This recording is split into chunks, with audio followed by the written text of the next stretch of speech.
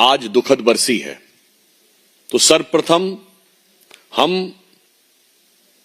संपूर्ण पार्टी की ओर से उस दुखद घटना और हमले में अपने प्राणों को न्यौछावर करके लोकतंत्र के मंदिर संसद की रक्षा करने वाले समस्त बलिदानी सुरक्षा कर्मियों और उनके परिजनों के प्रति हृदय से संवेदना उत्पन्न करते हैं। और यह भी याद दिलाता है कि उस दुखद हमले के बाद जब सर्वोच्च न्यायालय ने उसके मुख्य आरोपी और कर्ता धर्ता अफजल गुरु को दोषी सिद्ध कर दिया था, इसके बाद भी यूपीए सरकार ने 7 वर्षों तक उसकी फांसी को तकनीकी आधार पर लटका के रखा था। तो सर्वप्रथम मैं सभी बलिदानी सुरक्षा कर्मियों को यह कहते हुए श्रद्धांजलि देना चाहता हूं कि उन्मुक्त मरण त्योहार राष्ट्र का संबल हो, उत्सर्गी रक्त फुहार धवल गंगा जल हो, अब नए क्षितिज हो आस्थाओं से आलोकित बलिपंथी पर बलिहार राष्ट्र का मंगल हो। आज राष्ट्र का मंगल ऐसे बलिदानियों की वजह से हो रहा है।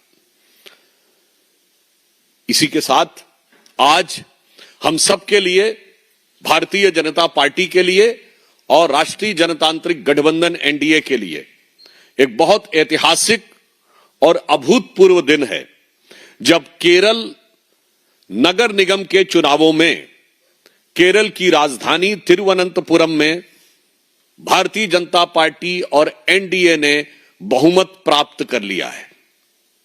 यह निश्चित रूप से केरल की राजनीति के लिए एक युगांतकारी परिवर्तन है और भारत की राजनीति के लिए एक बहुत दूरदर्शी संकेत है।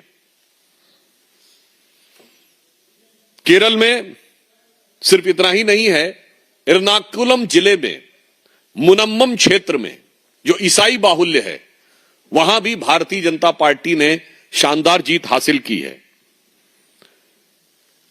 त्रिचूर जिले के कन्नन पुलंगम में भारतीय जनता पार्टी की, उस मुस्लिम बाहुल्य क्षेत्र में भारतीय जनता पार्टी की प्रत्याशी मुमताज ने कांग्रेस के प्रत्याशी को हराया है। पलक्कड़ नगर परिषद में हमने विजय हासिल की है और अपनी स्थिति को बरकरार रहते हुए और मजबूत किया है। अतः यह दिखाई पड़ रहा है कि प्रधानमंत्री श्री नरेंद्र मोदी जी के नेतृत्व में जिस कुशलता, दक्षता और निष्ठा के साथ भाजपा और एनडीए आगे बढ़ रही है, उसका भौगोलिक विस्तार अब नई ऊंचाइयों को छू रहा है। I can say that in today's municipal corporation election results in Kerala are epoch-making and having a very far-reaching implication. They are epoch-making for Kerala politics and a far-reaching historical indication for the national politics. I can say that in God's own country, Kerala is called God's own country. So God's grace has been bestowed or have started pouring on Bharatiya Janata party and NDA. पर इसी के साथ मैं ये भी पूछना चाहता हूं कि ये केरल में जो फ्रेंडली फाइट होती थी कांग्रेस और लेफ्ट के बीच में, कि दिल्ली में मोहब्बत और त्रिवेंद्रम में लड़ाई, अरे मार डाला दुहाई दुहाई। Now the people have become wise enough to understand that they are not going to be hoodwinked by your politics in which you are joining hands in Delhi and giving a so-called friendly fight at Tiruvananthapuram. और दूसरा मैं ये भी पूछना चाहता हूं, वहां के तमाम क्षेत्र जहां पर भारतीय जनता पार्टी नहीं जीती है अथवा हमारी कोई प्रभावी उपस्थिति नहीं है, जहां एलडीएफ और यूडीएफ के बीच में लड़ाई हुई है, वहां मैं कांग्रेस पार्टी से पूछना चाहता हूं, आपका वोट किसने चोरी किया है? वहां तो कम्युनिस्ट और कांग्रेस के बीच में ही है ना।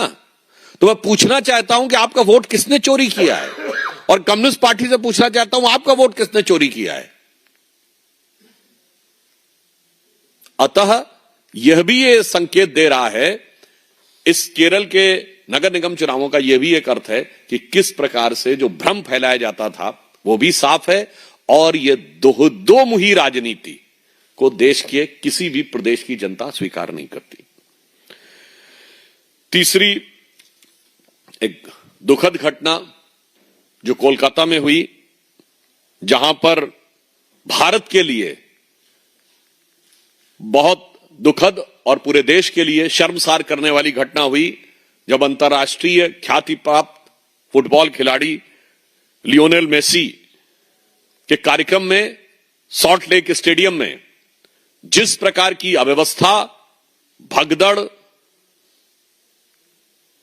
और वितंडावाद हुआ, उससे सिर्फ कोलकाता नहीं, पश्चिम बंगाल नहीं, हर भारतीय का सर शर्म से झुक गया। पश्चिम बंगाल की मुख्यमंत्री सुश्री ममता बनर्जी जी ने अपने ट्वीट में कहा कि she is deeply disturbed by this event, but I want to make very clear, it is not you, Mamta ji, who is disturbed. It is the West Bengal which has got deeply and devastedly destroyed under your rule.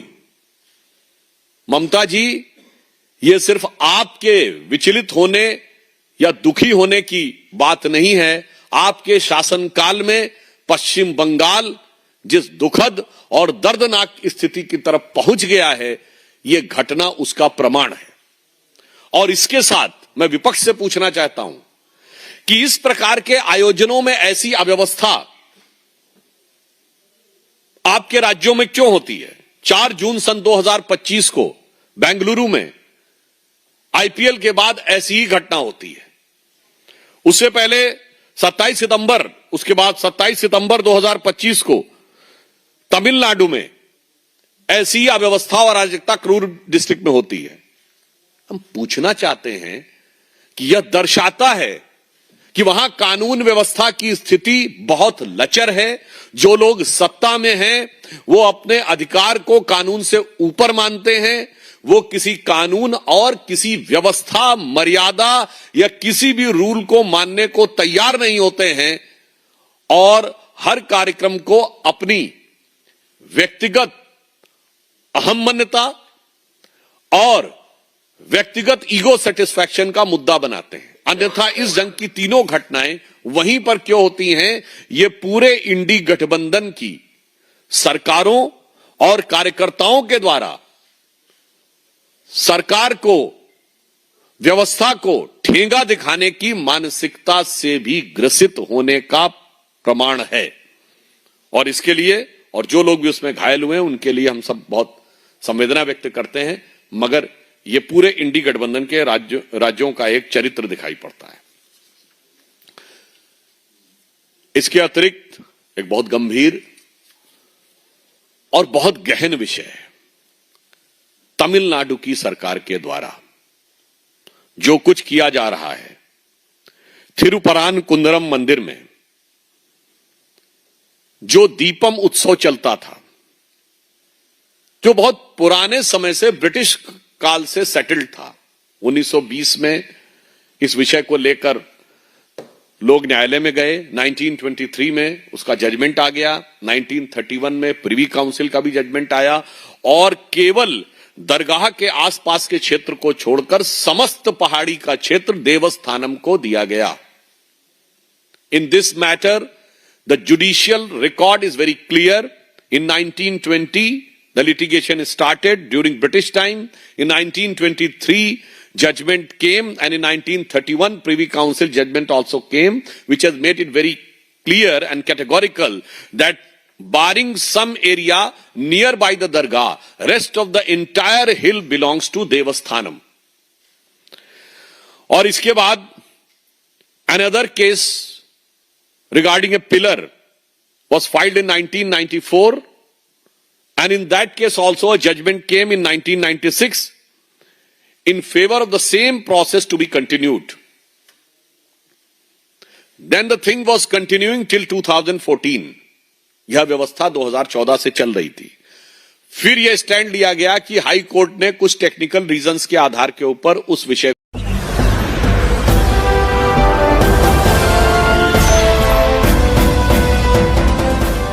देख रहे हैं live news 9 99 राष्ट्र सबसे पहले।